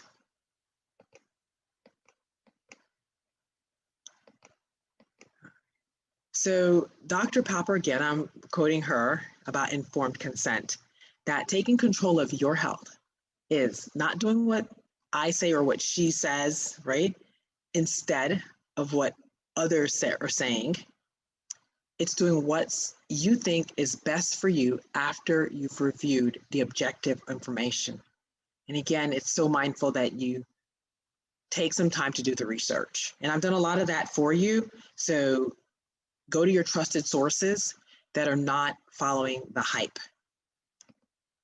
Okay, so here's the test. I love this part of the workshop, right? Because this is mind-blowing for a lot of people all the time. So I'm going to ask you a few questions and I'm going to ask you true or false. And I just want you to answer true, false, and maybe you say, I don't know. First question, eating olive oil promotes better health. Is that true or false? Well, if you said false, you're correct. Oil is concentrated fat, okay, and a lot of calories. Can you imagine 1 tablespoon contains 130 calories and 14 grams of fat? That is a lot to sit down and eat. And most people are not just doing 1 tablespoon. Did you know that oil contributes to weight gain, the development of arteriosclerotic plaque, and coronary artery disease? This is very serious. Question 2. PSA testing and mammograms reduce your risk of dying of prostate and breast cancer. Is that true or false? If you answered false, you're correct. There's a Cochrane review that showed to save 1 life, 2,000 women would have to be screened for 10 years. 10 women would endure unnecessarily and potentially life-threatening overdiagnosis and overtreatment. They concluded, and I quote, there's no reliable evidence from large randomized trials to support screening mammography at any age. Again, we go deeper in further workshops so that you really can get the resources and tools you need to empower yourself. So we actually met Dr. Richard Ablin. He, according to researchers, and he's the guy who discovered the prostate-specific antigen, the PSA, that men test for prostate cancer.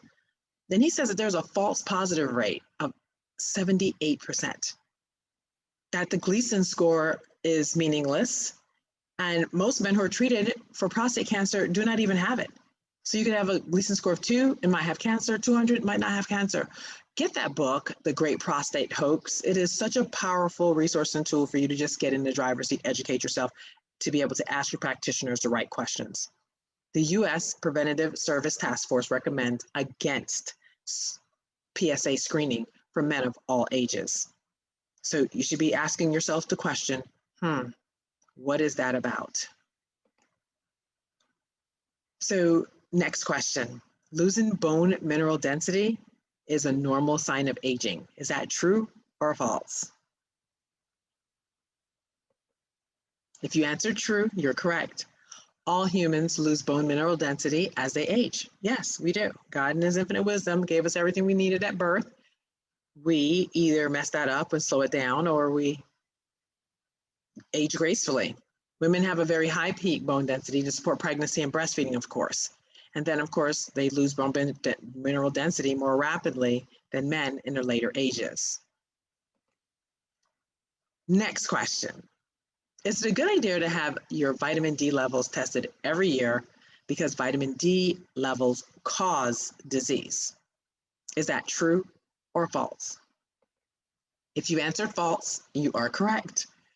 Normal vitamin D levels are anywhere between, and I would say really anything over 30 now is healthy, okay? And you don't really need to be panicking over that.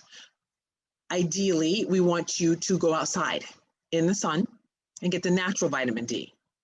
In the summer, that's the best time to get it in most places, because God in his infinite wisdom knew that in those winter months or those gray days where we couldn't get the sun, if we stored enough, because it is storable, fat soluble storable in our bodies, to sustain us through that season.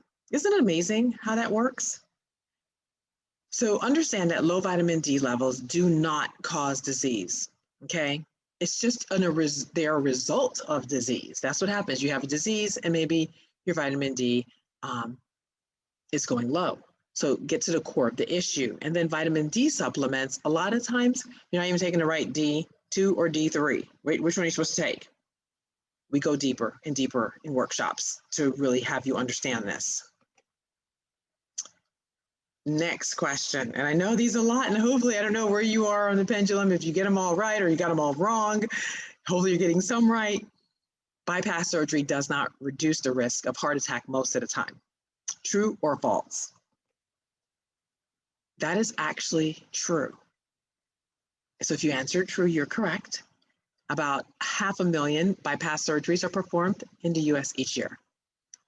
It does not benefit most patients because coronary artery disease is systemic, and the procedure does not actually address the problem.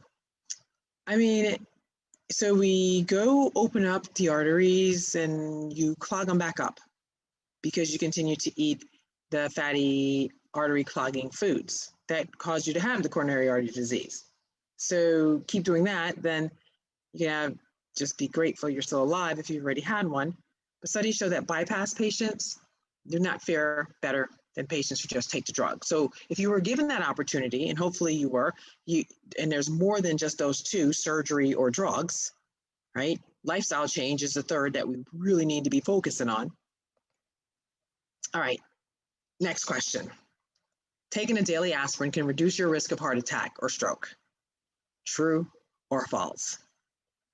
I know what we've been told. And I'm thinking you probably know this answer now that you've been through all these questions. The answer is false. So if you answered false, you're correct. Patients with risk factors, including high blood pressure, diabetes, and high cholesterol, absolutely do not benefit from taking a low dose of daily aspirin for the primary prevention of cardiovascular events, okay?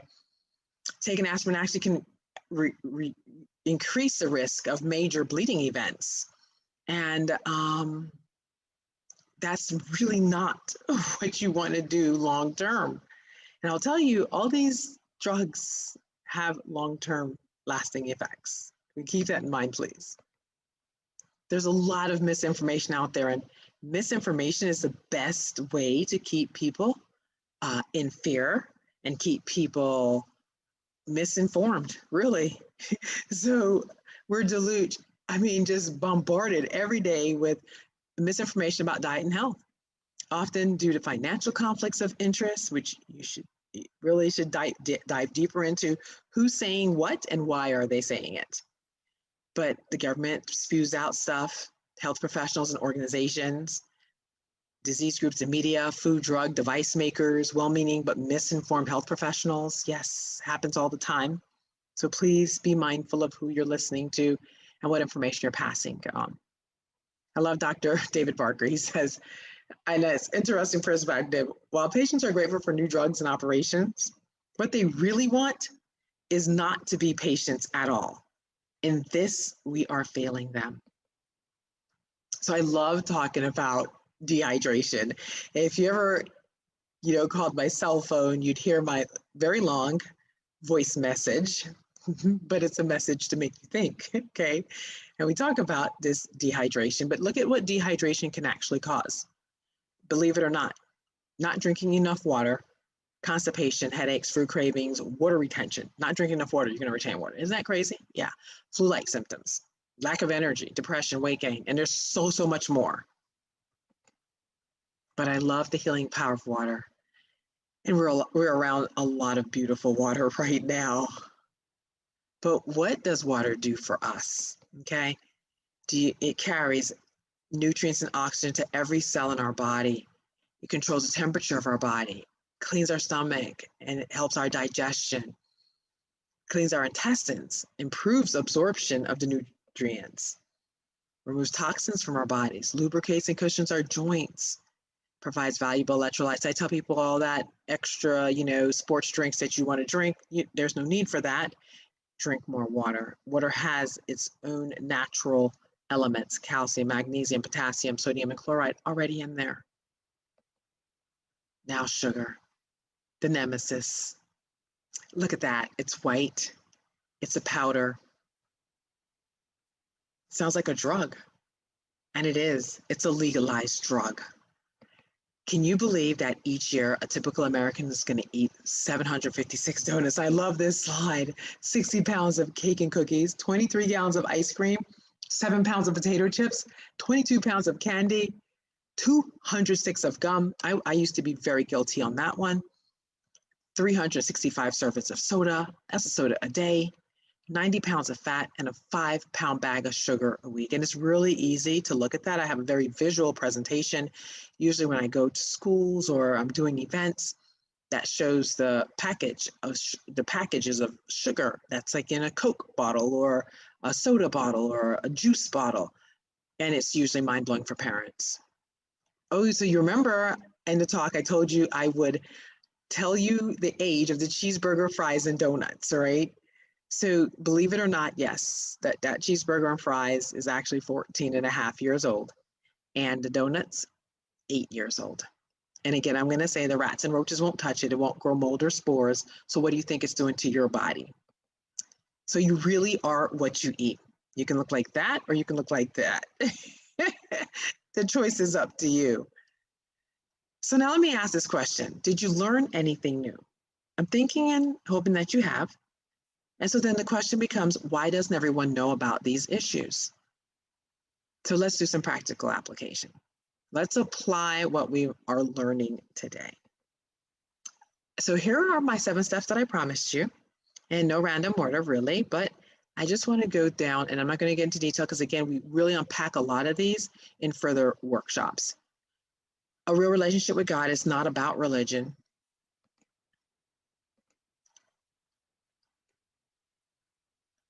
The power of the mind, positive mental attitude, key and critical. Forgive is an entire workshop, okay? Because of course you've heard forgiveness is not for the person you're giving it to, it's actually for you.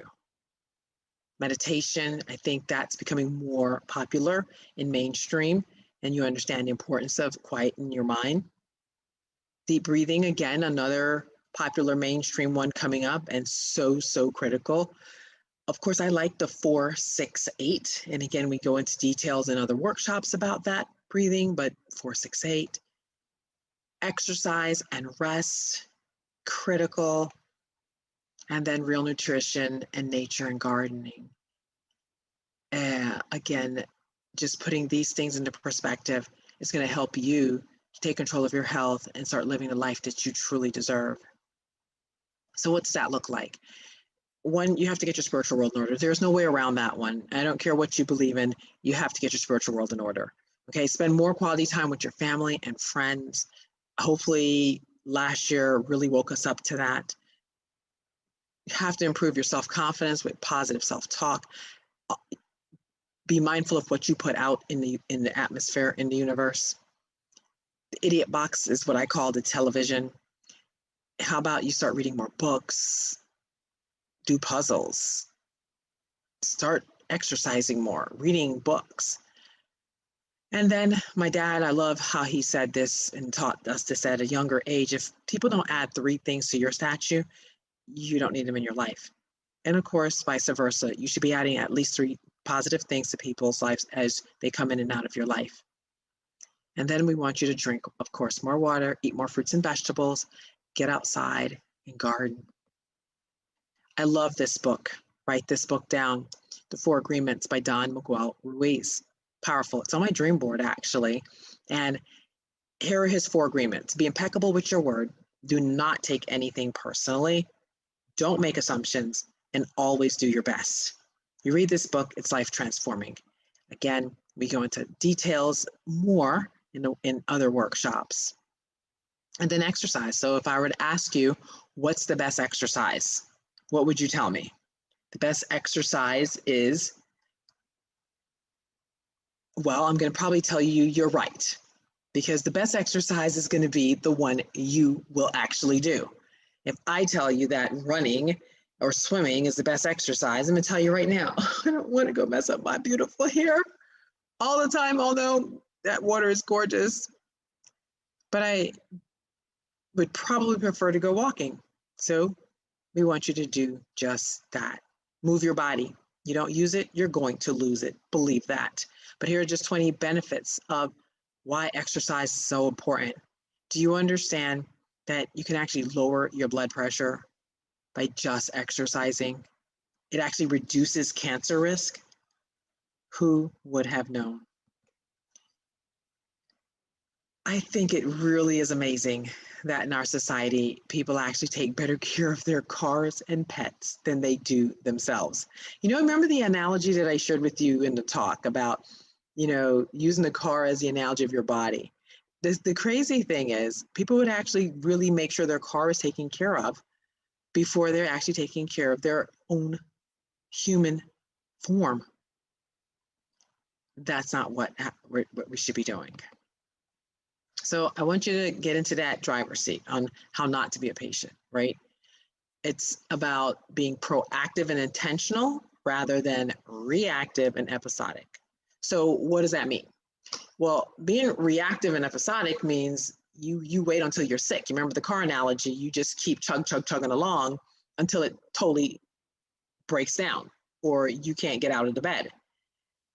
And you take drugs or you do patch up work to try to fix whatever's going on without getting to the core of the issue.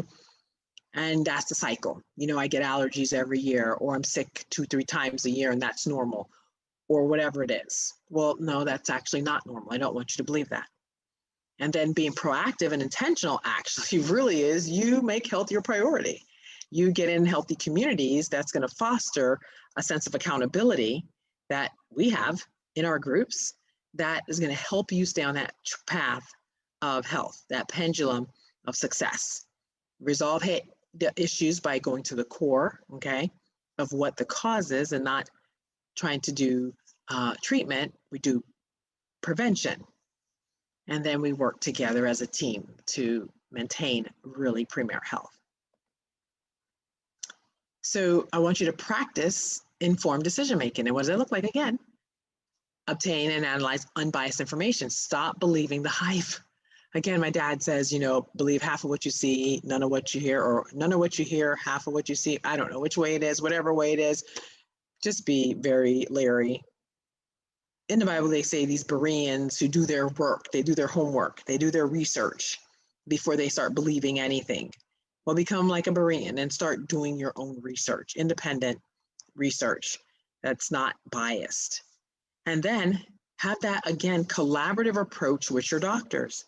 You inform your doctor of your choices. You're not being dictated to. And then you come to an agreement on what's going to best serve you. I'm going to go into some really quick, easy ways that I do life that I think, works. And I have a lot of great recipes that I would love to share with you. But making smoothies is an easy way to get nutrition into your body. There are so many different, reasons, and people say, oh, drinking your calories isn't great and all this other, it's convoluted. Y'all stop trying to really make this more difficult of a journey than it needs to be. Just keep it simple. And smoothies are a really simple, convenient, affordable way to get the nutrition into your body as opposed to starving yourself. And then we love salad in a jar parties. We love salad in a jar parties. They're amazing. We grow our own food. You're going to see that in a slide, but this is the way to how to do the healthy. In an amazing community of people, you get together, you all bring the toppings and you go around, stack these jars, meal prepping for the week. And it is phenomenal. We should be doing this around the world. We do healthy ice cream. Now, believe it or not, and I have actually updated that some of those, well, one of the ingredients. We use dates now instead of the cream, but yes, that actually makes some amazing healthy ice cream, guilt-free, and you feel good about it. And it tastes delicious, that I promise you. Our tower gardens growing aeroponically. I grow year-round, inside and outside, and I'm in control of my food source. I love it. I grow, everything above ground, which is an amazing process. And, our tower gardens grow faster and they taste so much fresher. And it's amazing just watching God's creation unfold in front of you. And we really work with these tower gardens and school systems and everything, teaching the kids how to grow at an earlier age. So here's the quality of life issues. You know, everyone's going to die, but how you look and feel for your last 20 to 50 years depends on the lifestyle and the vitamin and minerals you take throughout your entire life. And those vitamin and minerals come from whole food, real food. So can you believe that these two women are the exact same age? Which life are you actually designing? So diet is completely under your control. You cannot always control the other determinants of your health, such as the air you breathe, the noise you hear, the emotions around you. Isn't it a shame to squander such a good opportunity? And I am a firm believer that the best example that you can give your children is the gift of good health. I will tell you that you set your child up for success in the classroom, on the sports and athletic fields, just in life in general. When they leave your home, they're making better choices. So here's what we do, Premier Health and Wellness Consulting, where we believe, again, everyone deserves to make an informed decision. We do all of these things, okay? Corporate coaching and training and counseling. I am a professional counselor by trade. We do seminars, workshops, and amazing retreats. There's educational plant-based meals that if you were local, we were doing those monthly, and those are amazing. You saw the Sound of Jar parties, meal prepping, teaching people how to do, what to do, healthy living parties, ice cream parties, tower garden parties. You're going to get access to a personal health assessment. There's a getting started class, pantry clean out, believe it or not, we do those. Shopping trips, and I love the Devoted Bodies Bible study. It's a very powerful, in-depth study talking about the cure of our temple. So I really do believe that this is the place where consumers and practitioners meet for collaborative, evidence-based discussion leading to informed decisions about diet, health, and medical care. So here's how you get started.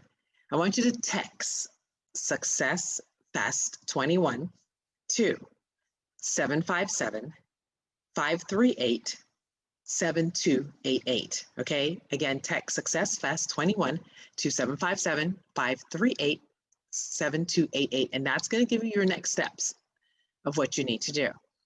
I would love for you to schedule a 20-minute consultation with me to see where you're at and how we can actually help you. And then you're going to join the Live You Deserve Accountability Facebook group. And I'm going to challenge you to start today. It's never too late to become what you want to do in life. And here's what to expect. Of course, it's an amazing, non-evasive, but evasive personal health assessment. It's going to really reframe your brain. You're going to get a one-on-one jumpstart discovery session with me, access to the accountability group, a 4-week accountability game, which is very powerful. Oh my goodness, so much success comes out of that. We have an educational video library with so much resources and knowledge, and then also workbooks. So in ending, I want to tell you, I love the principles in the Bible, I do. I wish above all things that you prosper, be in health, even as your soul prosper. That's what God said. I say God is love. I say love God, love others. And life is going to start you in the driver's seat of your health to live the life that you deserve. So again, we truly do believe you deserve to make an informed decision. I'm Beverly Grandison, Premier Health and Wellness Consulting. Check us out online, and our website's there, premierhealthwellness.com. And again, thank you so much for joining us. I look forward to taking a deeper dive with you in our follow-on workshops and sessions, and looking forward to even that amazing retreat that you're going to just enjoy beyond measure. So contact me, and thank you again for joining. So here I am, and if you stayed with me the whole time, kudos, and hopefully you learned so much that you're ready to get started on this journey to live the life that you deserve. And trust me, it is very possible. So thank you again. Have a good day.